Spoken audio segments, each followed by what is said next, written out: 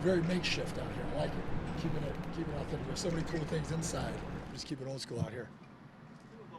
Part 5 out here. Right? That's what I'm saying. Like, keep it retro. Well, how much of a surprise was it? Did you have any idea it was coming? No idea at all. It was very humbling. Again, it's probably the only way they could ever get me back to go to training camp again, something like this. Like I said, I was completely shocked. I thought it was already a great honor to come and just speak to the team and kind of, get a chance to talk to the new regime and all that good stuff. So completely shocked. Wish my wife and kids could have been here for the original surprise, but obviously they'll be here, for the big celebration in October. Convenient plane timing, probably mess up all your guys' sound, so that's awesome. $1 billion organization, we got planes flying all over. I'll work on that. That'll be my next campaign. Work on that. So yeah, it's just humbling. Honestly, it's humbling, and it's exciting. Just to know that the work I did here so many years ago stands the test of time, and so it's, again, that's all I got to say. It's humbling. Here, when you think back to when you heard that they were trying to trade for you, what were your thoughts at that time about coming here? What did you know about Minnesota? This is where I wanted to be. Obviously, well, first of all, I never had any plans leaving Kansas City, right? I think when you come into the league, you're naive to what the league is actually about on the business side. And I was just talking about this earlier today, that the biggest thing for me coming here, this is where I wanted, when I asked to be traded, this is where I wanted to come. I knew there was the need, the interest. I obviously knew about Kevin and Pat and the defense that was here. Obviously knew about Adrian because I played against them in that 2007 year in training camp. Knew they had a good O-line with Jim McKinney and Herrera, guys like that. So I knew that the potential was here, and so that's where I wanted to come. It was here in Tampa, right? It was kind of the up and out. So when I got here and the trade room, I think for me it wasn't about the size. Obviously the contracts were important, but not from the financial standpoint. It was the commitment that they were showing to me, because that's what I was lacking in Kansas City. It was that trust and that commitment that I was the guy moving forward. And so I just wanted to play for an organization that believed in me as much as I believed in them. And so I describe that to people when people talk about what does Minnesota mean. It's the relationships that formed when I first started here. So. Contract, didn't they give you a little Easter egg, like 69 yeah, cents? 69 cents or something. Yeah. And Should have thrown that in Bitcoin back in the day. Right? Yeah, I'd ask you, what'd you invest that 69 cents in? Nothing. Probably fuel. Yeah. Fuel for my truck. Yeah. And did that, it was kind of a funny thing, but did that endear them to you at all? Yeah, it was that. We were laughing about it. We put that in there and stuff like that. So again, I think they just showed the personality. It showed the connectivity between myself and the team, and that's what I was missing, right? It wears over time when you realize the business side of it. But for young players, I think connectivity is very important, because you're coming from a college atmosphere, which might be different now. But you're coming from a college atmosphere where it's still like high school. It's still team pride and you rivals and all that. To coming to an area to where it's like, man, to have that belief system, to have a relationship with the general manager, to have a relationship with the coaches and the executive staff and the training staff that I still have today. That's what meant the world to me, and that's what made you want to go out and put it on the line. And then you have the fan support on top of that, and the loyalty to the fan support. And so it's kind of that perfect storm for a guy like me to come in and have success. Jared, you talked about the relationships. How many of the guys from those teams, especially those first couple, are you still in touch with? Not a whole lot. Still talking to Lieber quite a bit, Kevin and Pat. That's probably the bulk of it. Some guys. So we'll talk see some guys here and there. Just because B-Rob, I talk to him every once in a while. I think everybody's got life, right? So, but for me, it's the ability to not talk to somebody for a couple months and shoot them a text or pick up a phone call, and it's like you never left off. But even here, just to come, because I don't know. I know maybe 2 players here. Another plane. Ziggy wanted to be close to the airport, I guess. So for me, it's being able to come back and feel like time hasn't passed, and that's what I mean.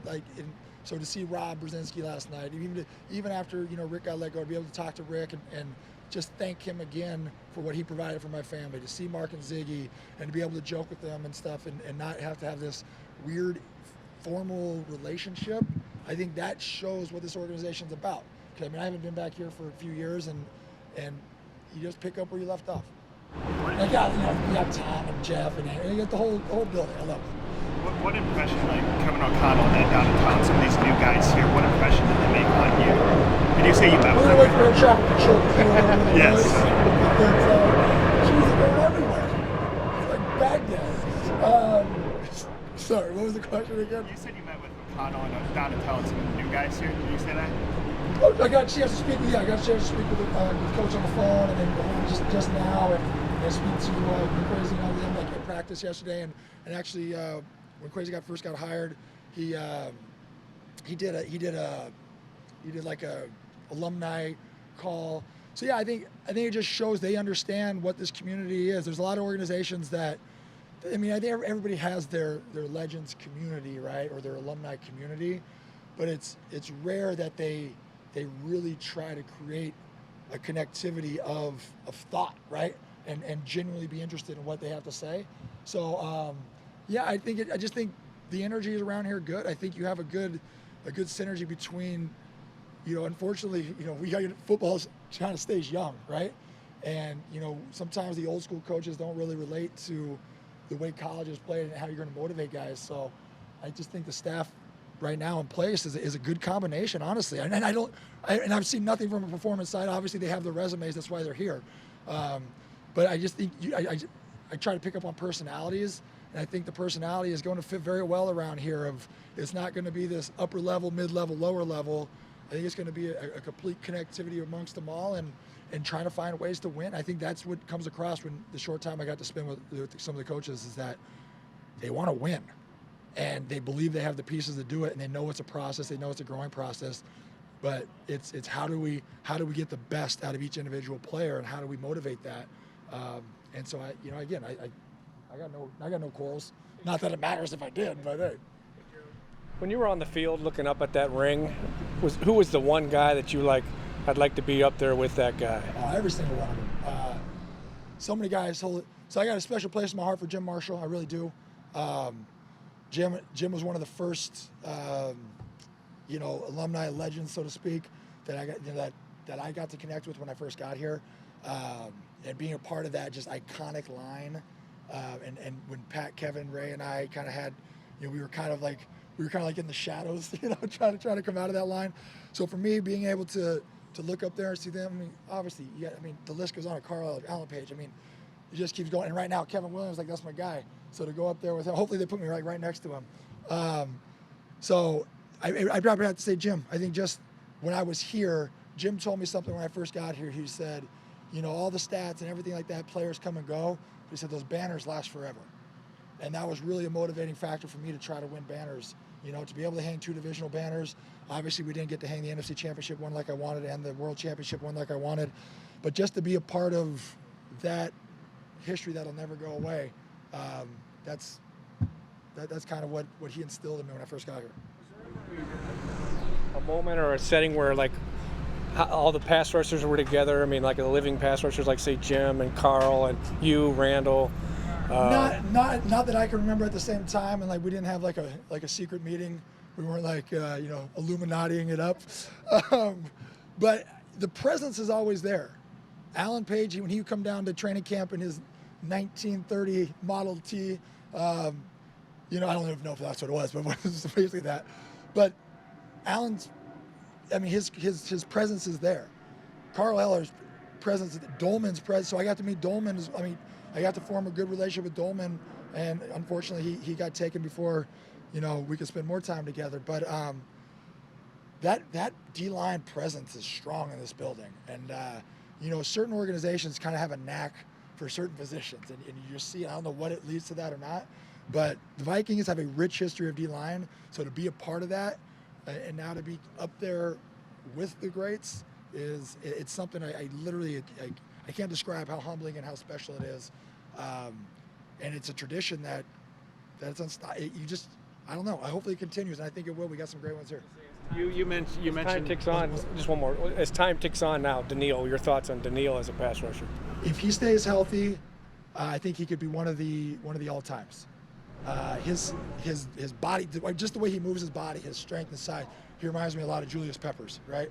And he moves with power, and he knows how to use his body, and that's something you don't necessarily see with a lot of guys, right?